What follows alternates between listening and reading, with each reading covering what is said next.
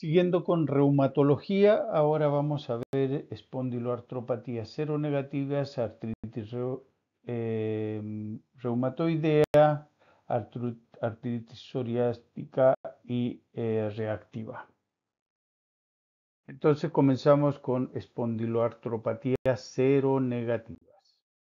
Definición: las espondiloartropatías son un grupo de diversas enfermedades autoinflamatorias sistémicas interrelacionadas serológicamente negativas para el factor reumatoideo y conectadas por un factor de riesgo genético subyacente que es el HLA-B27, con patrones similares de inflamación. Aquí entonces hay un componente genético que es el factor de histocompatibilidad HLA-B27, ¿ya? Y son autoinflamatorias. Se clasifican según la afectación articular axial o periférica. Axial se refiere a columna, con o sin progresión radiográfica en la columna vertebral y extremidades respectivamente. Su rasgo más característico es el dolor lumbar inflamatorio. ¿Cuáles son estas? Espondilitis anquilosante, artritis psoriática, artritis reactiva, artritis enterohepática, espondiloartropatía indiferenciada y espondiloartritis de inicio juvenil. Vamos a ver las tres primeras. Aspecto epidemiológico: prevalencia. La prevalencia mundial de la espondiloartropatía seronegativa de 0,2 a 1,6 es baja la prevalencia y por eso es muy poco diagnosticada. Y varía subtipos según frecuencia. La espondilitis anquilosante es la más frecuente. Sexo y edad predominantes: los hombres desde la adolescencia hasta los 40 años son los más afectados. La relación hombre-mujer es de 3 a 1, o sea, en esta patología el hombre es el más afectado. En cambio, la artritis reumatoide es la mujer. Paciente mayor de 45 años, enfermedad crónica y grave, ¿ya? Porque hay mucho atraso en el diagnóstico. Aspectos epidemiológicos: ya hablamos del alelo de histocompatibilidad LA-B27, ¿sí? Es básicamente en sexo masculino, está relacionado con tabaquismo, hay algo de origen étnico y antecedentes familiares, ¿cierto? Es genético. Los asteriscos que tenemos en los tres factores primeros de riesgos indican que puede estar asociado a una enfermedad más grave. La genética ya lo hemos hablado, ¿sí? Donde hay HLA-B27 principalmente en la espondilitis anquilosante. La etiología aún se desconoce, hay combinación de factores genéticos y ambientales. Ya hablamos del HLA-B27 y los ambientales. Puede ser cualquier infección microbiana, alteración mecanismo de defensa, piel, mucosa intestinal, factores de estrés mecánico, ¿sí? Que todo lo que, en otras palabras, pueda haber resultado en una inflamación y que provoque una espondiloartritis. Acuérdense, espondilosis, ¿sí? Es del cuerpo vertebral, la superficie, y espondiloartritis de las superficies articulares de la vértebra. Ya lo vimos en cervicobraquial. Autoinflamatorio: participan factor de necrosis tumoral, todo lo que son en realidad las interleuquinas y prostaglandinas. Aquí tenemos un mecanismo fisiopatológico, factores de riesgo, HLA y los antiinflamatorios, la disfunción de la barrera, el microbioma, que nunca está ajeno de todos los procesos autoinmunes, estrés mecánico. Luego tenemos la actividad de la inmunidad innata, activación de la inmunidad con toda la celularidad, los factores inflamatorios, y ustedes ven aquí cómo se desencadena toda la activación de los factores inflamatorios, llegando básicamente a las interleuquinas 17, ¿ya?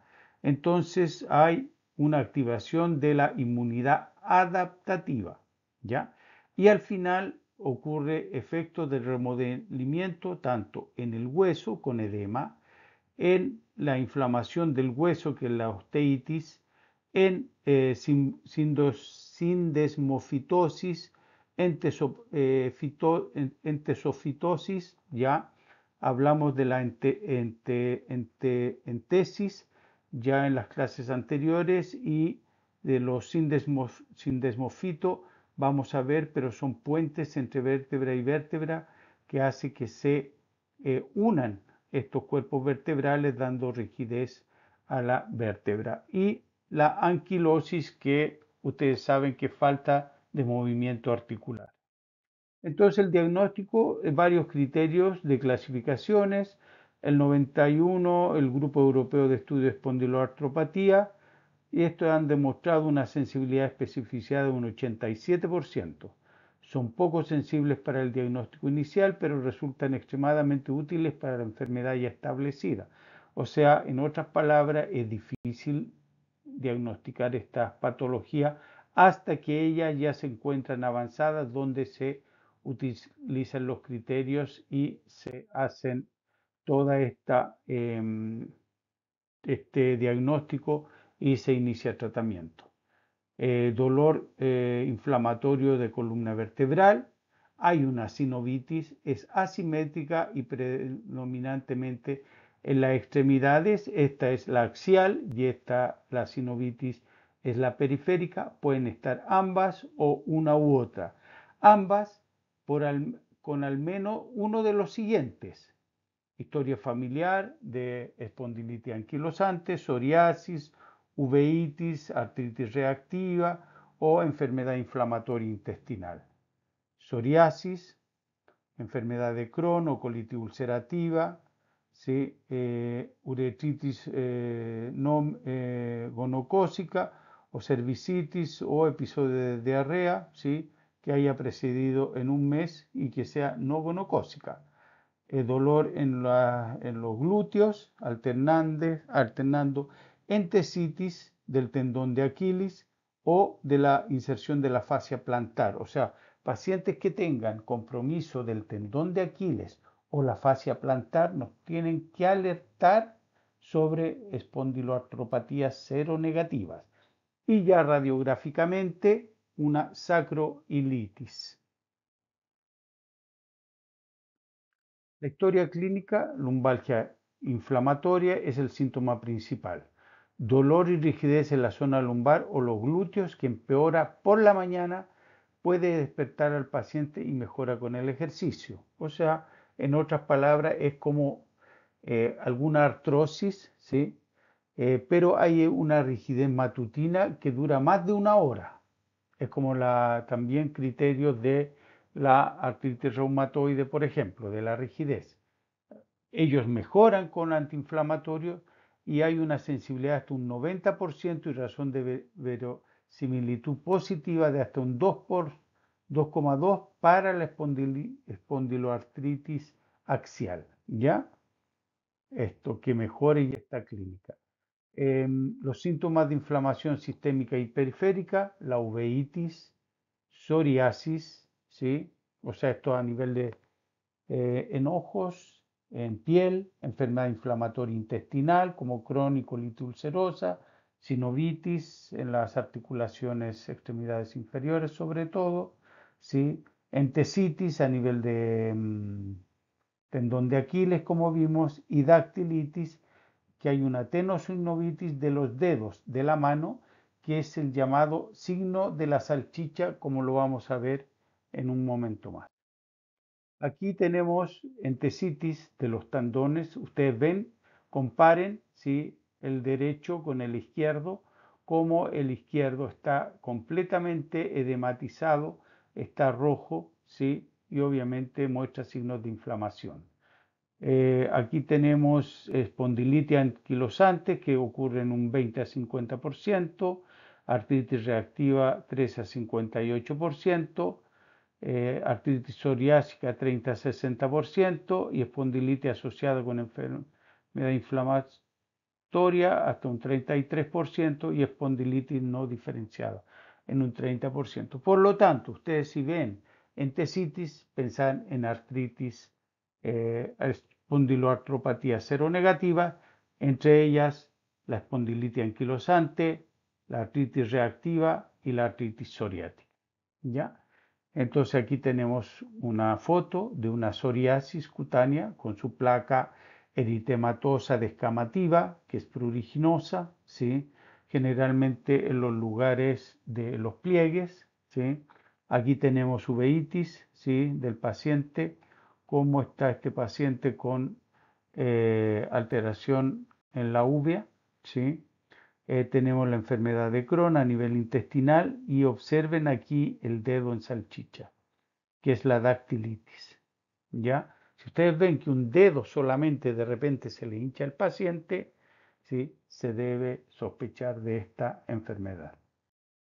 Aquí tenemos clínicas comparativas, hallazgos en la primera columna, todas las características, después la espondilitis anquilosante, artritis psoriática, artritis reactiva y artropatía enteropática. Y ahí las características de cada uno de esto.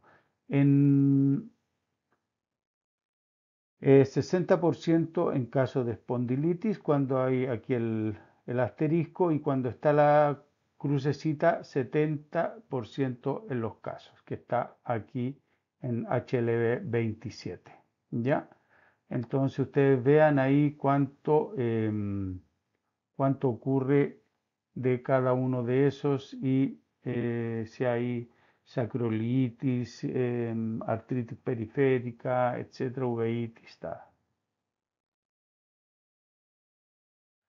Examen físico, articulaciones, columna vertebral y sacroiliacas, fundamentalmente. Inspección, bueno, todo. Movimiento de expansión de pared occipital y torácica. Prueba de Schubert, ya la vamos a ver. Hay una espondiloartritis aquilea también puede ser positiva en enfermedad discal degenerativa lumbar. O sea, puede estar positiva en varias patologías. Prueba de Patrick y Genslen en sacroileitis, articulaciones periféricas, extremidades inferiores, buscar inflamación como dactilitis, sinovitis, entesitis, evaluar la afectación sistémica, como la uveitis anterior, psoriasis, bueno, aquí faltaría la enterocolitis, ¿sí? Eso. La prueba de Schubert, ustedes ya la conocen, la han visto en semiología, donde de las espinas ilíacas anteroposteriores se traza una línea imaginaria a nivel de los glúteos en la parte central y se mide unos 10 centímetros hacia arriba. Al paciente se le pide que junte con las manos, lo hemos hecho en la práctica, los que han ido a clases, donde al agacharse debería extender esta distancia arriba de 3, 14, 15 centímetros. Cuando ya es menos de 12, 13, uno debería pensar en que hay una espondiloartropatía. Aquí la prueba de Patrick la vamos a ver también, o de Febere, ¿sí? Evalúa patología de cadera y de la articulación sacroiliaca. Descripción de la prueba, el paciente en decúbito supino, acostado, boca arriba. Vamos a ver enseguida la imagen. Si hay dolor en la ingle, sugiere articulación coxofemoral. Esto lo hemos visto en la práctica con algunos de ustedes. Y el dolor sacroiliaco sugiere disfunción de la articulación sacroiliaca. Aquí la tienen ustedes, ¿sí? Fabere es flexión y abducción de la cadera, como lo están viendo acá, flexión, abducción de la cadera, ¿sí? Y rotación externa. Por lo tanto, ¿qué es lo que hacen? Con esta mano están fijando la pelvis del lado contrario y con la otra a nivel de rodilla ustedes van a hacer descender la la extremidad y este dolor, como decía, si ocurre en ingle, pensar en cadera. Si ocurre a nivel de posterior del sacro, es una sacroilitis. Otros hallazgos físicos, aquí tenemos las uñas psoriáticas, ¿sí? Diferente, la uveitis, ¿sí? Células flotando aquí en el humor acuoso, se habla del Tyndall, que establece la severidad de la uveitis. Bueno, esto es más para conocimiento, es aglutinación celular densa, no flota y por gravedad se aloja en la parte inferior de la cámara anterior. Vayan a la anterior fotografía del ojo, donde se ve este hipopión, donde están estas células depositadas en la parte inferior de la cámara anterior. ¿Ya? Entonces, y eso aquí básicamente. Pruebas de Galsen, entonces evaluar la articulación sacroiliaca y las vértebras lumbares para anomalía musculoesquelética, inflamación crónica, vertebral lumbares, lesión de la articulación sacroiliaca, patología de cadera, inestabilidad, lesión de la reina S4. Maniobra de cúbito supino, flexión completamente, pierna en el lado sano, ¿cierto?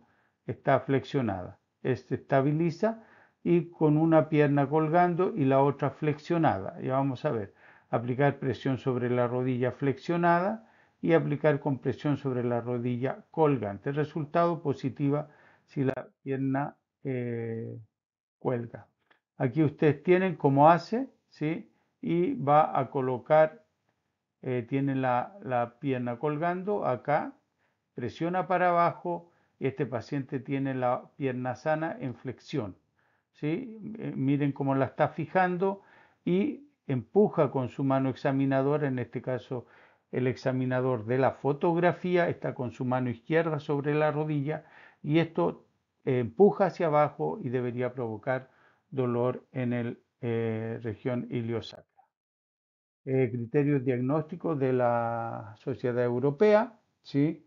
Dolor de espalda inflamatorio o sinovitis, puede ser generalmente es asimétrica o sinovitis predominantemente en extremidades inferiores y uno o más de los siguientes, ¿ya? Antecedentes familiares, psoriasis, enfermedad inflamatoria, uretritis, cervicitis, diarrea, eh, dolor en los glúteos que alternan entre la zona derecha e izquierda, entesopatía y sacroiliitis, ¿cierto? Entonces, dolor para los criterios diagnósticos en la espalda, o sea, en la región lumbar, ¿sí? Con una sinovitis asimétrica o sinovitis predominante en extremidades. Eh, los criterios amor, aquí están manifestaciones clínicas pasadas o actuales, dolor de espalda nocturno, oligoartritis asimétrica, dolor en los glúteos sin otras características, dedo en salchicha, sí, ya hemos visto el signo, dolor en talón, sobre todo en el talón de Aquiles, iritis, uretritis, sí, no gonocócica siempre, ¿ya? Diarrea aguda, psoriasis o balanitis. ¿Ya? Esto va a dar una puntuación y eso serían los clínicos. Y la radiográfica sería sacroiliitis de grado 2, ¿sí? Y factores genéticos predisponentes como el antígeno HLA-B27 o antecedentes familiares, ¿sí?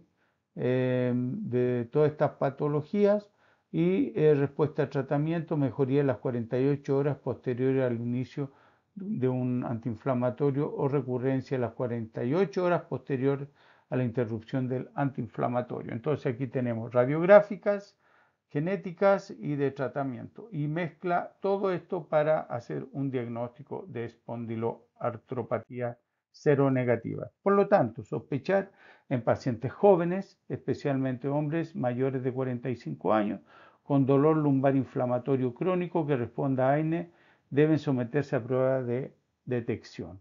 Los pacientes con psoriasis, enfermedad inflamatoria, intestinal, infecciones gastrointestinales o genitourinarias, con dolor lumbar, lo mismo. El cribado comienza con una historia clínica completa y el examen físico y la prueba del HLB27 y las imágenes radiológicas de las articulaciones sacroiliaca o de la columna lumbar. Exámenes complementarios de laboratorio, ya hablamos de HLA-27, es una sensibilidad de 95% para espondilitis anquilosante, 80 para artritis reactiva, 70 para artritis psoriática y 50 artritis enteropática. Ustedes ven que este más o menos es el orden, ¿sí? Siendo que de lejos la espondilitis anquilosante es el que más tiene. VHS y proteínas CR elevadas. ¿Por qué? Porque obviamente son autoinmunes. Hay una gran inflamación, anemia por enfermedad crónica, leucocitosis y trombocitosis, inflamación activa. Una PCR o una VHS normal no descartan la espondiloartropatía, aunque esperaríamos en general que estén muy elevadas. Anticuerpos contra artritis reumatoide generalmente son negativos, por eso se llaman seronegativas. Y el líquido sinovial inflamatorio o inespecífico. Complementario, radiografía, articulaciones sacroiliaca y columna lumbar, puede no detectar inflamación temprana. Entre 20 y el 80% tienen enfermedad no radiográfica al momento de la radiografía. Hay que tener mucho cuidado. Pueden mostrar signos de daño estructural, erosiones sin desmofitos, esclerosis y anquilosis en la enfermedad axial crónica, pero ya crónica, o sea, está avanzada. Resonancia magnética, esto tiene su importancia porque hay edema de médula ósea subcontral en la enfermedad temprana, o sea, permite hacer un diagnóstico precoz. Útil cuando los hallazgos clínicos radiológicos no son diagnósticos, pero la sospecha clínica de espondilitis axial está persistente. Aquí está axial 2 veces, disculpen. Aquí hay una imagen. Miren acá, lesiones sindesmofíticas en columna vertebral. Ustedes ven aquí las vértebras y vean aquí los puentes que se hacen. Miren. Entonces, ¿qué pasa con esto? Se van uniendo las vértebras y van tornándose rígidas porque no pueden flexionar, no pueden lateralizar tampoco. Y aquí va ocurriendo, miren cómo va ocurriendo acá, aquí, ¿sí? Aquí miren cómo está esta, ¿ya? Y hay lesiones en anquilosis o caña de bambú. Ustedes vean aquí, esto se forma de esta manera, ¿sí? Porque están las vértebras unidas en caña de bambú. Esto es por los sindesmofitos, que son los puentes, que son como, ¿cómo se llama esto? Osteofitos, pero los osteofitos son verticales, o perdón, horizontales. Los sindesmofitos son verticales, o sea, para arriba o para abajo. Y en este caso unen las vértebras, ¿ya? Entesitis en ligamentos interespinosos y supraespinosos, ¿sí? Bueno, entesitis aquí es más difícil ver en la imagen, aquí están los círculos, y el algoritmo diagnóstico se va a hacer de la siguiente manera, ¿ya? Si hay, bueno, artritis inflamatoria que es asintomática o predominantemente en extremidades inferiores y o hay dolor de espalda de 3 meses de duración asociado con rigidez y disminución de la actividad, no hay que es poco probable que sea espondiloartropatía, y así la hay probabilidad, por lo tanto vamos a evaluar si enfermedad inflamatoria, si es que hay, ya psoriasis, y si hay, entonces pensar es que hay una espondiloartropatía de tipo psoriática o enteropática. Si no la hay, aquí tenemos que ir a todos estos datos, ¿sí? Como iritia, HLVA, etcétera, etcétera. Si no hay, poco probable que sea, y si lo hay, probabilidad de espondiloartropatía. Ya, entonces ahí vamos a seguir investigando y finalmente vamos a llegar a un diagnóstico diferencial también. Ustedes lo pueden leer ahí. El algoritmo diagnóstico, que aquí ya en paso, en aumento, ¿sí? Lo que mencionamos al principio, y a lo segundo ¿sí? Si es que hay, entonces, si hay espondilitis enteropática o artritis psoriática, y si hay uno de los siguientes, evidencia de sacroiliitis, entesopatía, dactilitis, el dedo en salchicha, dolor en glúteos alternando, bilateral o alternando, uretritis, cervicitis, diarrea, historia familiar, iritis, HLV-21, si no hay, no hacemos. El diagnóstico diferencial sí lo vamos a hacer con la artritis reumatoide cero negativa, que es de presentación periférica, sí, hay también. Enfermedad discal, presentación axial, o sea, espondiloartrosis, hiperostosis esquelética idiopática difusa, que también son calcificaciones que ocurren, artrosis inflamatoria, presentación axial o periférica. Aquí la discal degenerativa es espondilosis, perdón, enfermedad discal degenerativa es espondilosis y aquí artrosis inflamatoria, axialoperiférica, esta ya es, sería espondiloartropatía y osteoartropatía hipertrófica ya más acentuada. Aquí algoritmo del tratamiento, ¿sí? Donde si hay, em, si hay alguna infección o no, si no hay infección, bueno, ahí vemos si hay diarrea, si hay clamidia, se le, al paciente vamos a considerar, si no hay, antiinflamatorios o terapia física, y si hay, considerar antibióticos, antiinflamatorio y terapia física. Después evaluar al paciente si está mm, bueno, si hay toxicidad, etcétera, y aquí ustedes vayan viendo cómo se va a hacer el algoritmo del tratamiento, que no es objetivo de esta clase, pero sí sepan que aquí una de las respuestas antiinflamatorios es criterio de diagnóstico, ¿ya? Porque mejora rápidamente. Enfoque multidisciplinario, no farmacológica, la fisioterapia, puede llegar a ver cirugías, ¿sí? Obviamente función, movilidad, artritis psoriática en su factor y riesgo independiente de enfermedad cardiovascular. El tratamiento farmacológico, aquí está, el antiinflamatorio, ¿sí? En la artritis psoriática, evitar los esteroides por el riesgo de psoriasis pustulosa, eritrodermia potencialmente mortales. El farmacológico, el antiinflamatorio y antirreumático, modificadores de la enfermedad, que también se puede utilizar como el metotrexato, el leflunomida y la sulfasalacina, y algunos inhibidores del factor de necrosis tumoral también. ¿Ya?